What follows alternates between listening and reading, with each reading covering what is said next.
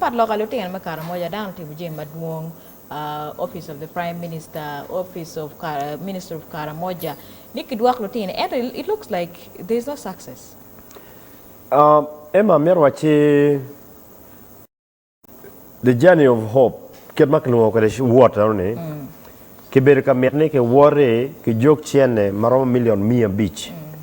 Million Mia Beach, no Kimera Kitiko, and make on your Duaco Lutino, Kileb more clone rehabilitation.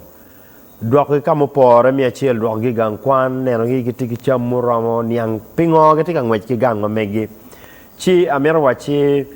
The journey of hope otime one kichil one krioko. This was the thing the second time.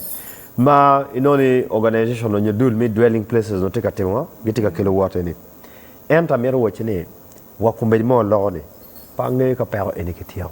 Pero in pekitiara da pat pola ka street me Kampala ka wang Lutino Ojong get left, right and center. Karimen ki clearing like for a day or 1 week, the next week no good to go. At time there has to be a solution beyond that. Well, I want nagre matika ma kwa script matika biro. I watch Jim Mario ma tia konetek. Mi acel watike tyen.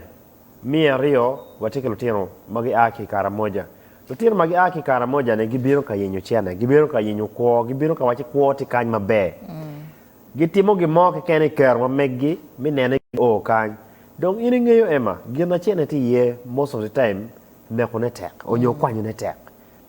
Getika biro ka kelutiane le mono bara ne trafficking jomatika kelutiane me ki wajni gitie jomatika kelutiane kwa ino o da biya char bodgi ka gen getika kelemati biya char getika no ye chene pangeni ngarmo ramo yeti mo loss e biya char ma mege of course kira wano ngene lutini ka beke boss kitie beri ka moyen ki organi ko ji lek chene ka godugi eto ene mera pa wantina ne ma do ko dito mer konda dul ma pat gu ket chingi ye wakenen ki konyigi